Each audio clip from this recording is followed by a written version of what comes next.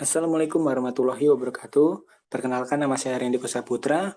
Pada video kali ini saya akan menjelaskan kembali mengenai mata kuliah Manajemen Proyek Sistem Informasi, yaitu kali ini saya akan menjelaskan mengenai materi bagaimana mengelola pengadaan proyek.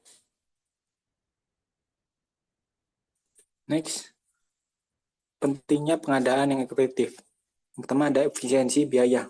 Yang mana efisiensi biaya ini itu kita dapat pengadaan yang efektif mengurangi pemborosan dan biaya tak terduga. Selanjutnya ada kualitas produk, yaitu kita dapat memastikan produk atau layanan berkualitas tinggi sesuai dengan standar.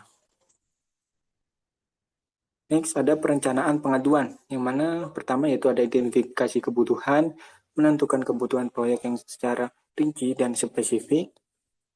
Yang kedua ada strategi pengadaan, yaitu memilih metode pengadaan yang paling tepat untuk proyek. Yang ketiga ada anggaran, kita dapat menyusun anggaran yang realistis dan terperinci. Kemudian ada proses pengaduan. Proses pengaduannya yaitu ada seleksi vendor, yang mana kita dapat mengevaluasi dan pemilihan vendor yang memenuhi syarat.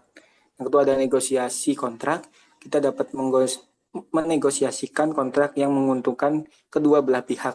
Yang ketiga ada finalisasi, yaitu menyelesaikan kontrak dengan semua persyaratan. Kemudian ada manajemen proyek. Yang pertama kita dapat melakukan pemantauan, yaitu memantau kinerja vendor sesuai kontrak. Yang kedua kita dapat mengadakan pengadilan, yaitu mengendalikan perubahan dan masalah yang timbul. Dan yang terakhir yaitu ada pelaporan. Kita dapat menyusun laporan kinerja sesuai dengan cara berkala. Next, optimalisasi proyek, proses pengadaan.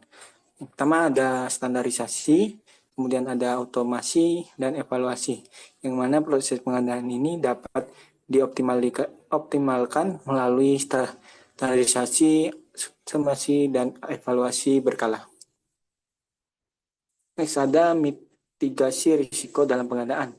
Yang pertama ada identifikasi risiko, yaitu kita dapat mengidentifikasi potensi risiko dan pengadaan. Kemudian ada analisis risiko, yaitu menganalisis dampak dan probabilitas risiko. Dan yang ketiga ada mitigasi risiko, yaitu kita dapat menyusun rencana mitigasi untuk mengurangi risiko. Next ada peningkatan berkelanjutan. Yang pertama ada pembelajaran, yang mana pembelajaran ini merupakan cara kita mempelajari dari pengalaman pengadaan sebelumnya. Yang kedua ada pengembangan, yaitu kita dapat mengembangkan proses pengadaan yang lebih baik. Yang ketiga ada implementasi, kita dapat menerapkan perubahan dan peningkatan yang telah dibuat. Next, tantangan dalam pengelolaan pengadaan, yaitu ada kompleksitas, yaitu kita dapat membuat sebuah proses yang kompleks dan beragam. Kemudian ada keterlambatan, yaitu potensi di mana kita dapat terjadi keterlambatan pengiriman. Yang terakhir ada kualitas, yaitu kita dapat memastikan kualitas produk atau layanan apakah kualitas tersebut berkualitas atau lebih buruk. Next, kesimpulannya kita dapat dalam pengelolaan pengadaan ini kita dapat proyek sangat penting untuk efisiensi proyek.